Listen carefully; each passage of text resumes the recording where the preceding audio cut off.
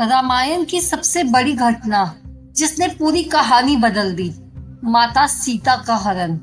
लेकिन क्या आप जानते हैं, ये सिर्फ एक अपहरण नहीं था। इसके पीछे छिपा था एक श्राप, एक बदला और एक ऐसी योजना जिसे खुद भगवान ने भी होने दिया। सवाल ये है कि सीता हरण के पीछे असली कारण क्या था? क्या ये सिर्फ रावण की गलती थी या इसके पीछे कोई बड़ा रहस्य छिपा है? आज इस कहानी के अंत तक आपकी पूरी सोच बदल जाएगी। इस कहानी को सुनने के लिए इसके अंत तक बने रहें, क्योंकि अंत में एक ऐसा रहस्य बताया जाएगा जिसे सुनकर आप चौंक जाएंगे। और इस वीडियो को ज्यादा से ज्यादा लोगों में शेयर करें, क्योंकि आज की यह कहानी हर किसी की सोच बदलने वाली है। तो अंत तक बने रहे। प्रिय भक्तों, रामायण की इस महान कथा में हर घटना का एक कारण है और हर कारण एक नई कहानी को जन्म देता है। सीता हरण की शुरुआत किसी युद्ध से नहीं, बल्कि एक स्त्री के अपमान से हुई थी। उसका नाम था शूर्पणखा।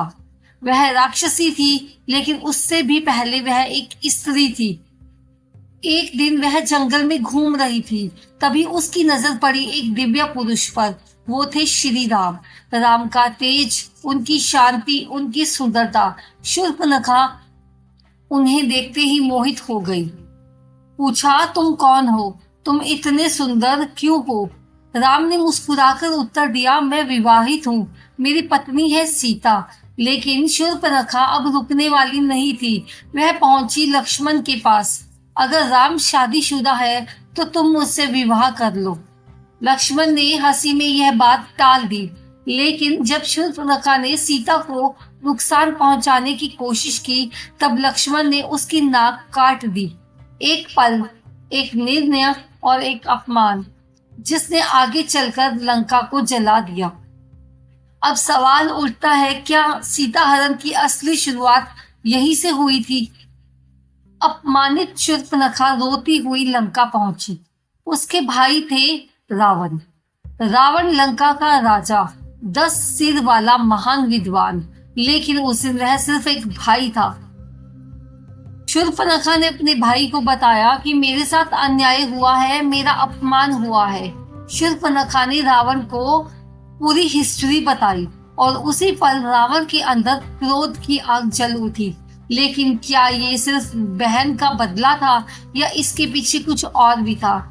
जब शूर्पणखा ने सीता की सुंदरता का वर्णन किया, तब रावण के मन में एक और भावना जागी, अहंकार और लालसा। उसने सोचा, जिस स्त्री के लिए मुझे अपमान सहना पड़ा, अब मेरी होगी। यहीं से शुरू हुआ सीता हरण का असली षड्यंत्र। रावण जानता था कि वह सीधे राम से नहीं जीत सकता, इसीलिए उसने एक चाल बनाई। उसने मदद ली मारीच की। मारीच, जो पहले भी राम के हाथों हार चुका था। मैं उस राम से फिर नहीं भिड़ना चाहता, लेकिन रावण का आदेश कोई टाल नहीं सकता था। मारीच ने एक स्वर्ण मृग का रूप धारण किया। वो मृग इतना सुंदर था, इतना आकर्षक था कि सीता उसे देखकर मोहित हो गई। प्रभु, मुझे ये मृग चाहिए। राम सीता की इच्छा पूरी करने निकल पड़े और यही रावण की योजना सफल होने लगी। कभी कभी हमारी एक छोटी सी इच्छा एक बड़ी घटना को जन्म दे देती है। सवाल उठता है, अगर सीता उस मृग को ना चाहती तो क्या ये सब कुछ होता? आइए आगे जानते हैं। राम के जाने के बाद सीता अकेली थी। अचानक जंगल में एक आवाज गूंजी, हाँ लक्ष्मण, मुझे बचाओ। ये आवाज मारीच की थी, जो राम की आवाज में चिल्ला रहा था। सीता घबरा गई। लक्ष्मण, जाओ अपने भाई की मदद करो। लक्ष्मण ने कहा, प्रभु, राम को कोई हरा नहीं सकता, ये जरूर कोई छल है। लेकिन सीता डर चुकी थी। अगर तुम नहीं गए तो मैं तुम्हें कभी माफ नहीं करूंगी। लक्ष्मण मजबूर हो गए। जाने से पहले उन्होंने जमीन पर एक रेखा खींची।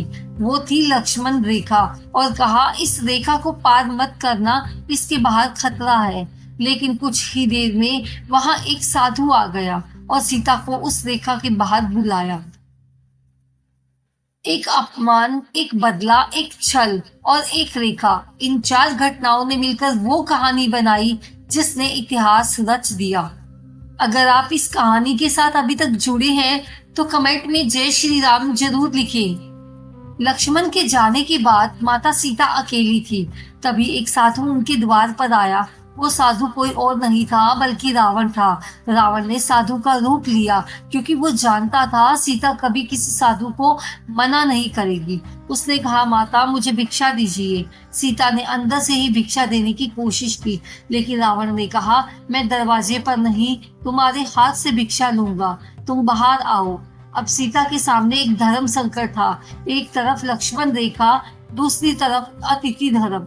सीता ने धर्म को चुना और जैसे ही उन्होंने लक्ष्मण रेखा पार की, उसी क्षण रावण अपने असली रूप में आ गया और उसने सीता का हरण कर लिया। क्या सीता का धर्म निभाना उनकी सबसे बड़ी गलती थी? रावण सीता को लेकर आकाश मार्ग से जा रहा था। सीता मदद के लिए पुकार रही थी। तभी एक पक्षी ने उनकी आवाज सुनी। उनका नाम था जटायु। जटायु राजा दशरथ के मित्र थे। उन्होंने रावण को रोका। रावण, सीता को छोड़ दो, ये अधर्म है। लेकिन रावण नहीं माना। फिर जटायु ने रावण से युद्ध किया। एक बूढ़ा पक्षी एक शक्तिशाली राक्षस से लड़ रहा था। जटायु ने पूरी ताकत लगा दी, लेकिन आखिरकार रावण ने उन्हें घायल कर दिया। जटायु धरती पर गिर गए, लेकिन उन्होंने आखिरी सांस तक सीता की रक्षा करने की कोशिश की। आज के समय में क्या कोई जटायु जैसा साहस दिखा सकता है? अब आता है ये सवाल कि सीता हरण के पीछे असली कारण क्या था? क्या ये रावण की गलती थी? नहीं, इसके पीछे कई कारण थे। पहला था शूर्पणखा का अपमान। अगर शूर्पणखा का अपमान नहीं होता तो रावण कभी बदला लेने नहीं आता। दूसरा था रावण का अहंकार। रावण को अपनी शक्ति पर घमंड था और वही घमंड उसकी सबसे बड़ी कमजोरी बन गया। तीसरा स्वर्ण मृग का छल। अगर मारीच स्वर्ण मृग ना बनता तो रावण दूर नहीं जाते। चौथा लक्ष्मण रेखा। अगर सीता रेखा पार ना करती तो रावण उन्हें कभी छू नहीं सकता था। और पांचवा सबसे बड़ा कारण भगवान श्री राम की योजना। कहा जाता है कि रावण का अंत पहले से तय था और सीता हरण उस युद्ध की शुरुआत थी। प्रिय भक्तों, सीता हरण सिर्फ एक घटना नहीं थी, ये एक श्रृंखला थी छोटी छोटी गलतियों की। एक अपमान, एक लालच, एक अहंकार और एक निर्णय, और इन सब ने मिलकर इतिहास को बदल दिया। भक्तों, सीता हरण की ये कहानी सिर्फ एक घटना नहीं है, ये हमें जिंदगी के बड़े सच सिखाती है। कभी एक छोटी सी गलती इतिहास बदल देती है, कभी एक निर्णय पूरी जिंदगी की दिशा बदल देता है। एक अहंकार, एक छल, एक निर्णय और एक अपमान, इन सब ने मिलकर सीता हरण जैसी बड़ी घटना को जन्म दिया। लेकिन सबसे बड़ा सवाल आज भी वही है, आखिर सीता हरण के पीछे कारण क्या था? आपके हिसाब से क्या ये सब रावण का अहंकार था? क्या ये शूर्पणखा के अपमान का परिणाम था? क्या ये सीता का एक निर्णय था, या फिर ये एक दिव्य योजना थी? नीचे कमेंट में जरूर बताएं कि आप क्या सोचते। अगर इस कहानी ने आपको कुछ नया सोचने पर मजबूर किया है तो इस वीडियो को लाइक करें, अपने दोस्तों में शेयर करें, और ऐसे ही और भी रहस्यमय और ज्ञान से भरी कहानियों के लिए चैनल को सब्सक्राइब जरूर करें। आपका एक लाइक, एक कमेंट और एक शेयर हमारी मेहनत को और लोगों तक पहुंचाता है। जय श्री राम भक्तों, धन्यवाद।